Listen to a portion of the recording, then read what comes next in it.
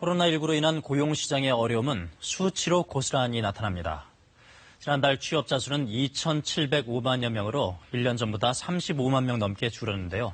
넉 달째 감소입니다. 넉 달 연속 감소, 글로벌 금융위기 이후 약 10년 만입니다. 실업률 역시 4.3%, 6월 기준으로 통계 작성 이래 최고치였습니다. 앞으로가 더 문제인데 특히 정부의 고용유지 지원금 정책이 6개월까지만 가능하다 보니 가장 먼저 코로나19의 타격을 받은 여행 항공업계는 9월쯤부터 대규모 실업 사태가 예상되고 있습니다. 해법은 없는지 어제 이어 짚어봅니다. 양예빈, 김지숙 기자가 이어서 전해드립니다. 16년째 여행사에 근무 중인 A씨. 5달째 무급휴직 중입니다.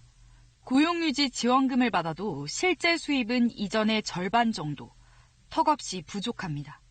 평균 나가는 유지비가 있고 아이가 있으니까 생계 유지비 좀 이제 아이들 교육비 이렇게 있는데 50%면 턱없이 부족하죠. 그렇다고 임시로 다른 일을 할 수도 없습니다. 부정수급 문제가 생길 수 있기 때문입니다. 회사는 아예 휴직 기간 다른 일을 하면 지원금을 주지 않겠다는 공고문까지 냈습니다. 다른 데서 근무를 하다가 이제 급여 부분이 나왔을 경우에 아르바이트도 마찬가지로 나왔을 경우에 그 지원금이 나오는 거에서 다 삭감이 된다 그러더라고요. 항공업계도 마찬가지입니다. 2월부터 무급휴직이 본격화됐지만 지출을 줄이는 수밖에 없습니다. 아이 학원부터 먼저 끊고요. 그리고 이제 마이너스 통장으로 충당을 하죠. 생계 때문인데 일할 기회조차 주지 않는 건 부당하다는 목소리가 나옵니다.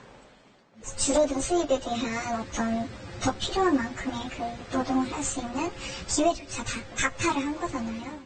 항공 청소 노동자들은 상황이 더 심각합니다. 아예 고용유지 지원금 대상조차 안 되거나 되더라도 회사에서 신청하지 않는 경우가 태반. 정부에서 석 달치 150만 원 주는 긴급 지원금을 받더라도 역시 다른 일을 한 게 드러나면 이마저도 끊깁니다. 그래서 일부는 기록이 남지 않는 농촌 일손 돕기를 한다고 합니다.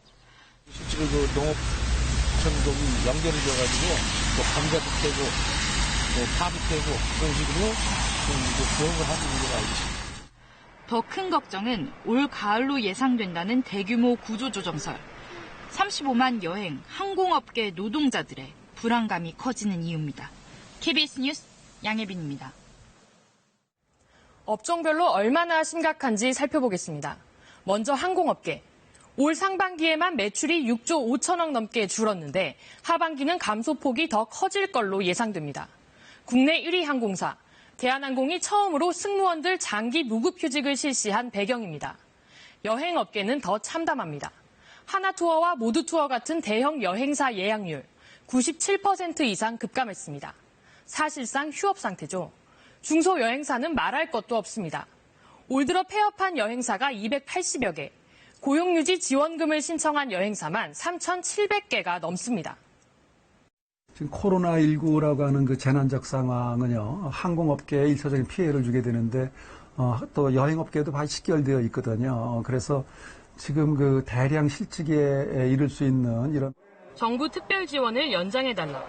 2달 뒤 특별 고용업종 지정이 종료되면 대규모 실업 사태가 우려된다는 업계의 요구입니다. 고용유지 지원금이라든지 받아서 현 상황을 좀 더 이어나가자 이런 식으로 좀 버티는 중이거든요. 업체마다 좀 차이가 있긴 한데 8월 내지 9월 중에 아마 다 끊기긴 할 겁니다. 하지만 특별 지원이 연장되더라도 고용유지 지원금은 현행법상 1년에 180일, 6개월까지만 지원할 수 있습니다. 이걸 늘리려면 법을 바꿔야 합니다. 민간의 노력도 병행돼야 합니다. 워커힐 호텔의 경우 노사가 한 발씩 양보해 고용 유지를 약속했습니다. 근본적으로는 고용 안전망 강화가 절실한 상황. 독일 등 유럽은 노동 시간을 줄이면서 일자리를 나누는 식으로 고용 유지에 방점을 두고 있고 미국은 일시 해고가 가능하지만 다음을 준비하기에 넉넉한 실업급여를 지급하고 있습니다. 우리의 취약한 고용 안전망을 튼튼히 하는 건 이제 미룰 수 없는 숙제가 됐습니다. KBS 뉴스 김지숙입니다.